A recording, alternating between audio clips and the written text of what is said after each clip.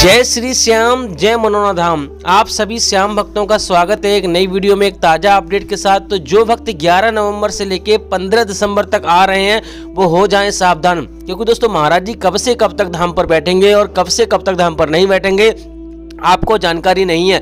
और दोस्तों अभी के टाइम पे महाराज जी धाम पर बैठ रहे हैं, नहीं बैठ रहे हैं, और दोस्तों कब यहाँ पर भीड़ ज़्यादा होती है, कब यहाँ पर भीड़ ज़्यादा नहीं होती है, कब यहाँ पर आपको आना चाहिए, कब यहाँ पर आपको नहीं आना चाहिए, कौन कौन सी बीमारी महाराज जी यहाँ पे देखते हैं, कौन कौन सी बीमारियाँ नहीं देखते हैं, सारी जानकारी आपको देने वाले हैं। इसके साथ साथ जो श्याम भक्त यहाँ पर पहली बार आ रहे हैं या फिर 1 महीना या 2 महीने के बाद आ रहे हैं उनके लिए तो बहुत ही महत्वपूर्ण जानकारी हम देने वाले हैं। जैसे कि यहाँ पर अगर आप पहली बार आ रहे हो तो आपको मनोना धाम कैसे पहुँचना है, कौन से नज़दीकी रेलवे स्टेशन है जहाँ पर आपको पहले पहुँचना है, और दोस्तों यहाँ पर किस समय आपको पहुंचना है जिससे कि आपको भीड़ का सामना ना करना पड़े, कैसे आपको अर्जी लगानी है जिससे कि आपको पहली बार में ही अर्जी स्वीकार हो जाए, पहली बार में ही यहाँ पर फ़ायदा आपको मिलना शुरू हो जाए।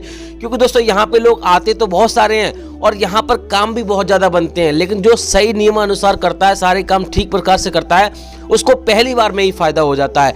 यहाँ पे ऐसी बहुत खतरनाक से खतरनाक बीमारियाँ यहाँ पे ठीक होती हैं, यहाँ पे सभी प्रकार के काम बन जाते हैं। लेकिन दोस्तों यहाँ पर उन्हीं लोगों के काम बनते हैं जो यहाँ पर नियमानुसार कार्य करते हैं, सारे नियम फॉलो करते हैं और यहाँ पे उनको जानकारी होती है, तो यहाँ पे उन्हें दिक्कत नहीं होती है। जैसे कि अभी मान लो आप अपने घर से प्लानिंग करके आ रहे हो, मान लो 11 नवंबर से लेके 25 दिसंबर के बीच में अगर आप आ रहे हो और महाराज जी आपको धाम पे ना मिले तो यहाँ पे आपका समय भी बर्बाद होगा, पैसा भी बर्बाद होगा, और यहाँ पे आपको और भी बहुत सारी समस्याओं का सामना आपको करना पड़ेगा और आपको यहाँ पे फ़ायदा भी नहीं होगा।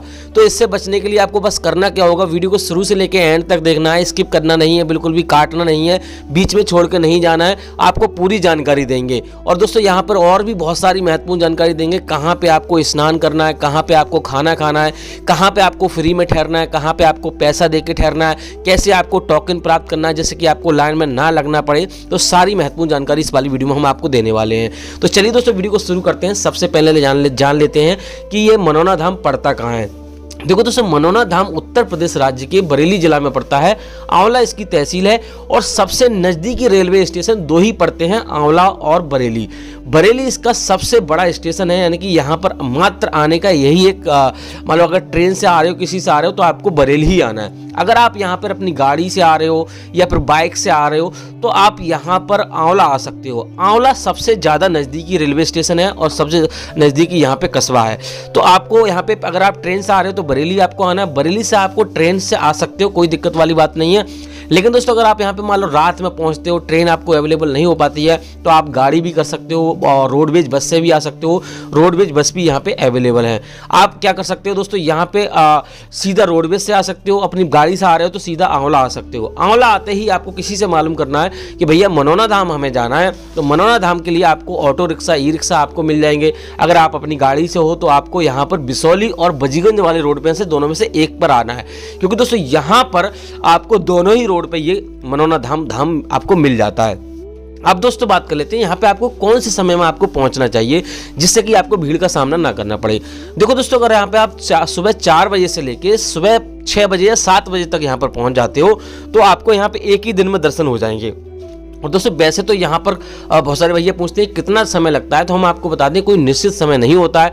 यहाँ कभी कभी 2 घंटे में भी नंबर आ जाता है और कभी कभी इतनी ज़्यादा लंबी कतारें लग जाती हैं, इतनी लंबी ज़्यादा भीड़ हो जाती है कि यहाँ पर 2-3 दिन का भी समय बयान की वेस्ट हो जाता है। तो आपको यहाँ पर अगर आप सुबह में आप पहुँच जाते हो, प्लानिंग आप कर रहे हो, तो आपको सुबह में आने की यहाँ पर पूरी कोशिश करनी है।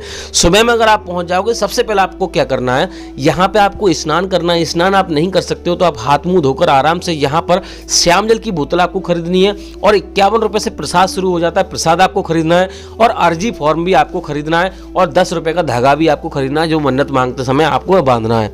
तो ये सारे काम करने हैं। अर्जी अगर आप मान लो नहीं लिखना जानते हो, नहीं जानते हो, तो आप जिससे आप अर्जी खरीदोगे, दुकानदार से जहाँ से प्रसाद खरीदोगे वहीं से आपको अर्जी फॉर्म मिल जाएगा, तो उसी से आपको भरवा लेना है। कोई दिक्कत वाली बात नहीं, वो भर देगा और सारी जो समस्याएं आपकी अर्जी फॉर्म में आपको लिख देना है। अगर दोस्तों यहाँ पे आप सुबह में नहीं पहुँच पाते हो किसी कारणवश, तो आपको सबसे पहले यहाँ पर रुकने की व्यवस्था आपको देखनी है। रुकने के लिए यहाँ पर धर्मशाला भी बनी हुई है और यहाँ पर होटल भी बने हुए हैं, लेकिन ज़्यादा बड़े होटल नहीं है। धर्मशाला महाराज जी ने बनवाई है, उसी में आपको रुक सकते हो। उसमें आपको चार्ज देना पड़ेगा 1000 से लेके 3000 रुपये के बीच में। वो डिपेंड करता है कि आप किस प्रकार का कमरा लेना चाहते हो, किस प्रकार से यहाँ पर रुकना चाहते हो। और दोस्तों अगर आप फ्री में आप रुकना चाहते हो तो यहाँ पर मंदिर के और पास 3 सेट डाले हुए हैं, महाराज जी के जरिए डाले हुए हैं, और यहाँ पर जो दुकानें बनी हैं वहाँ से भी आप रुक सकते हो। उन्होंने भी व्यवस्था ठहरने की, आराम करने की बनाई गई है, तो वहाँ पर भी आप रुक सकते हो। फ्री में आप रुक सकते हो, कोई आपको चार्ज नहीं देना पड़ेगा। लेकिन अगर दुकानों पर आप रुकोगे तो आप जो प्रसाद वाले भैया हैं उनसे आप उन्हीं से प्रसाद लोगे जहाँ से मान लो आप रुकना चाहते हो। वैसे 3 सेट पड़े हुए हैं, आराम से वहाँ पे भी रुक सकते हो, कोई चार्ज आपको लगेगा नहीं। लेकिन दोस्तों अभी समय चल रहा है ठंडों का, तो आपको विशेष ध्यान रखना है, बच्चे बुजुर्गों को आपको लेके नहीं आना है अगर आप मान लो कमरे में नहीं रुक सकते हो, क्योंकि दोस्तों बाहर ठंड भी लग सकती है। अगर आपके पास कपड़ा है, अवेलेबल है, सारी चीज़ें हैं, तो आप आराम से रुक सकते हो। यानी कि गर्म कपड़े लेके आना है, आपको सारी व्यवस्थाएं आपको करके आनी है अगर आप कमरे में नहीं रुक सकते हो। अब दोस्तों बात कर लेते हैं, पहला काम आपको क्या करना है। देखो दोस्तों पहला काम आपको मंदिर के दर्शन करने हैं। बहुत सारे भैया क्या करते हैं, ये गलती कर देते हैं, एक बार आए, पहली बार तो मंदिर के दर्शन उन्होंने कर लिए, उन्होंने पहली बार बहुत सारी गलतियां हो सकता है उन्होंने कर ली हो, ठीक से नियमों का पालन नहीं किया हो, वो दोबारा आए हों, या फिर यहाँ पर पहली बार में दर्शन कर गए हों, वो दोबारा आए हों, वो सोच रहे हैं कि भैया महाराज जी के दर्शन कर लेते हैं, मंदिर की बहुत ज़्यादा भीड़ है तो मंदिर के दर्शन नहीं करेंगे तो कोई बात नहीं है। लेकिन दोस्तों ऐसा आपको नहीं करना है, आपको मंदिर के दर्शन पहले करने होते हैं, चाहे आप 2 बार आएँ, 3 बार आए, 4 बार आए। अगर आपने मंदिर के दर्शन नहीं किए तो आपका पहला जो नियम है वो आप पहले ही तोड़ दोगे, तो आपको फिर फ़ायदा नहीं होगा। और फिर आप यहाँ पे ये कहोगे कि भैया यहाँ पे कोई फ़ायदा नहीं होता, यहाँ कुछ फ़ायदा नहीं है, वैसे ही लोग यहाँ पे इतनी बड़ी नामवरी करते हैं। तो आपको पहले मंदिर के दर्शन करने हैं। मंदिर में ही आपको अर्जी फॉर्म जमा करना होता है, 60 रुपये उसमें आपको रखने होते हैं। 1 रुपये यहाँ पे जब आप 10 रुपये का लोगे तो आपको उसमें रखा मिलेगा। अर्जी फॉर्म आपको वही जमा करना है, प्रसाद भी आपको वहीं चढ़ाना है। छोटे वाले मंदिर के पास में आपको धागा बांधना है और अपनी मन्नत मांगनी है, जो भी आपकी समस्या है ईश्वर खाटू श्याम महाराज से आपको अच्छे तरह से मांग लेना है। बात करते हैं दोस्तों इसके बाद आपको क्या करना है। उसके बाद आपको मंदिर की महाराज जी की लाइन में आपको लग जाना है। मंदिर अब नया बन चुका है, तो अब वो यहाँ पर मंदिर की भीड़ तो थोड़ी कम गई है, लेकिन महाराज जी की भीड़ बहुत ज़्यादा हो जाती है। कभी कभी तो यहाँ पर बहुत लंबी लाइन लग जाती है कि 4-5 घंटे में भी नंबर नहीं आ पाता है। तो आपको महाराज जी की लाइन में सुबह ही आपको लग जाना है मंदिर के दर्शन करने के बाद। और दोस्तों यहाँ पे 50-50 लोगों की टोली में यहाँ पे महाराज जी देखते हैं, तो यहाँ पर आपको यानी कि 50 लोगों की शिफ्ट एक बार में भेज देंगे, और उसके बाद 50 लोग जब तक महाराज जी देख ना लेंगे तब तक धाम से उठेंगे नहीं। सुबह 8 बजे से 9 बजे के बीच में महाराज जी धाम पर बैठ जाते हैं अभी के टाइम पर। और दोस्तों यहाँ पे 11:30 बजे, कभी कभी 12-1 बज जाता है, जैसे शिफ्ट खत्म होती है उस हिसाब से महाराज जी उठते हैं धाम से, और 3 शिफ्टों में देखते हैं, रात के 11:30 बजे तक महाराज जी धाम पर बैठते हैं, यानी कि 3 शिफ्टों में महाराज जी धाम पर बैठते हैं। बाकी दोस्तों यहाँ पर आपको जब भी आप महाराज जी के पास जाओगे थोड़ा सा श्याम जल आपको पिलाएंगे और आशीर्वाद देंगे, झाड़ा मारेंगे, और उसके बाद आपको सिर्फ मंत्रों से जो भी है वो आपको पढ़ के जल दे के आपको यानी कि आशीर्वाद दे देंगे। उसके बाद आपको कुछ यानी कि आपको और कुछ नहीं करेंगे, ना दवाई देंगे ना कुछ देंगे। यहाँ पे सिर्फ श्याम जल पीने से, आशीर्वाद लेने से, इसी से फ़ायदा होता है और बड़े बड़े यहाँ पे बीमारियाँ खत्म हो जाती हैं। लोगों की मैंने सुना है और मैंने खुद देखा है, अपनी आंखों से देखा है। वीडियो किसी दिन आपको दिखाऊंगा कि यहाँ पे गाय यानी कि गांठें होती हैं, बड़ी से बड़ी गांठ होती है, वो महाराज जी के छूने से गायब हो जाती है। तो आप समझ सकते हो कि यहाँ पे कितनी कितनी बड़ी बीमारियां यहाँ पे चुटकियों में गायब हो जाती हैं।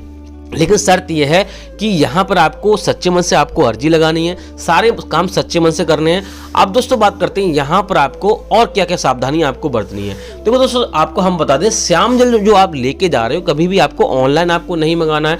आपको पैरों के तले कहीं पे मान लो ट्रेन में जा रहे हो, कहीं पे जा रहे हो, ऐसा टांग देते हैं कि यहाँ पे टांग दो, यहाँ रख दिया, थैले में रख दिया, तो आपको कहीं पे आपको श्याम जल जमीन पे नहीं रखना है जहाँ पे पैर वगैरह रखे जाते हों। बाकी दोस्तों आपको मीट मछली नहीं खानी है। और दूसरी बात यह है कि आप जब आप अपने घर से आ रहे हो तो आपके मन में ये विचार बिल्कुल भी ना आए कि यहाँ पे हमारी अर्जी स्वीकार होगी या नहीं होगी, काम बनेगा नहीं बनेगा। यानी कि पूर्ण आस्था के साथ आपको आना है, विश्वास के साथ आना है कि खाटू श्याम महाराज के यहाँ पे हम जाएंगे और ठीक होके जाएंगे। तो ऐसा आपको करना है और सारे नियम आपको फॉलो करने हैं। आपको जो भी समस्या है आपकी वो जरूर पूरी होगी। हाँ, वो बात दूसरी है कि एक बार में पूरी नहीं होती है, 2 बार में पूरी नहीं होती है, क्योंकि बहुत सारे लोगों के साथ पुण्य होते हैं तो उनको जल्दी से आराम मिल जाता है, जिसके साथ पुण्य नहीं होते हैं थोड़ा सा उन्हें समय लगता है। लेकिन आपको निराशा नहीं होना या निराश नहीं होना है। अब दोस्तों बात करते हैं यहाँ पे आपको टोकन कैसे प्राप्त करना है। देखो तो टोकन प्राप्त करने के लिए यहाँ पे सोलर प्लांट के नीचे आपको यहाँ पे जाना होगा। वहीं से आपको थोड़ी लिखा पढ़त होगी, उसके बाद आपको टोकन मिल जाएगा। आपको वैसा कोई आप शॉर्टकट तरीका नहीं है कि यहाँ पे जल्दी आप दर्शन कर पाओ। बाकी दोस्तों यहाँ पे आप लाइन में लगने के लिए आप किसी स्वस्थ व्यक्ति को लाइन में लगा दीजिए। जब आपका नंबर आएगा आराम से आप अपने आप मरीज को बुला सकते हो, आराम से इस प्रकार से देख सकते हो। अब दोस्तों बात करते हैं महाराज जी का मान लो कौन कौन से दिन धाम पर बैठते हैं, कौन कौन से दिन धाम पर नहीं बैठते हैं, आपको कब आना चाहिए कब नहीं आना चाहिए। देखो दोस्तों, आपको बुधवार और बृहस्पतिवार को आपको बिल्कुल नहीं आना है, यानी कि वेडनेसडे और थर्सडे को आपको बिल्कुल नहीं आना है। इस दिन महाराज जी धाम पर नहीं बैठते, ना ही आशीर्वाद देते हैं, तो आपको अपना समय बर्बाद नहीं करना है। अब दोस्तों बात कर लेते हैं यहाँ पे 11 नवंबर से लेके 15 दिसंबर के बीच में महाराज जी कब कब धाम पर बैठेंगे और कब कब धाम पर नहीं बैठेंगे। तो दोस्तों यहाँ पर मान लो महाराज जी अभी के टाइम पर लगभग 25-26 नवंबर तक महाराज जी धाम पर बैठ रहे हैं। आगे का जो अपडेट हम रहेगा वो हम डेली वीडियो में देते रहते हैं। सुबह हमारी 9 बजे के लगभग वीडियो आ जाती है। फिलहाल दोस्तों इस वाले वीडियो को यहीं रोकते हैं। उम्मीद करते हैं आपको वीडियो अच्छी लगी होगी। अच्छी लगी तो लाइक कर देना, चैनल पर नए चैनल को सब्सक्राइब कर देना। तब तक के लिए जय मनोना धाम, जय खाटू श्याम महाराज।